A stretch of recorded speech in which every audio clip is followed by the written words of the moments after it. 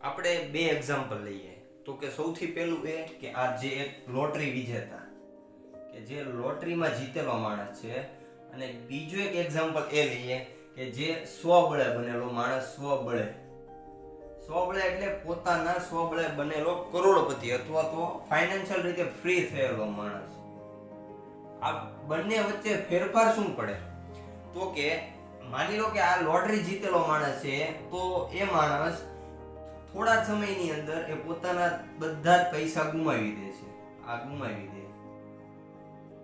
અને આ પણ કોઈ પણ ધંધાની અંદર નુકસાન થાય તો એ માણસ પણ પોતાના પૈસા ગુમાવી દે છે.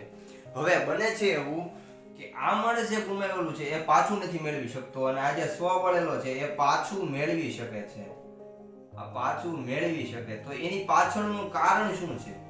આ સવાલ ન થાય ક્યારે કે માની લો કોઈ વ્યક્તિએ પોતાની જમીન વેચી દીધી છે અને એની પાસે 50 લાખ રૂપિયાની મૂડી એકઠી થઈ ગઈ છે, ભેગી થઈ ગઈ છે, પરંતુ હવે 50 લાખ માંથી એ જો વાપરવાનું શરૂ કરે અને એક સમય એવો થાય કે એની પાસે એ 50 લાખમાંથી વિધિન 5 લાખ રૂપિયા પણ બચતા નથી, હાથમાં જ નથી રહેતા, તો એની પાછળનું કારણ શું છે? તો આ કારણ એવું હોઈ શકે કે આ બંને વચ્ચે જે ડિફરન્સ પડે છે ને, એનું મુખ્ય કારણ એ છે કે એનું માઇન્ડસેટ કરતા આ જે માનસિકતા છે, આ જે માનસિકતા બને છે એ માનસિકતા જ એને આગળ લઈ જાય છે અને એને જ પાછળ રાખે છે. એ માનસિકતા કેવી હોઈ શકે? તો કે એની સૌથી પહેલા ખર્ચ કરવાની આદત, બીજી વસ્તુ કે બચાવવાની આદત,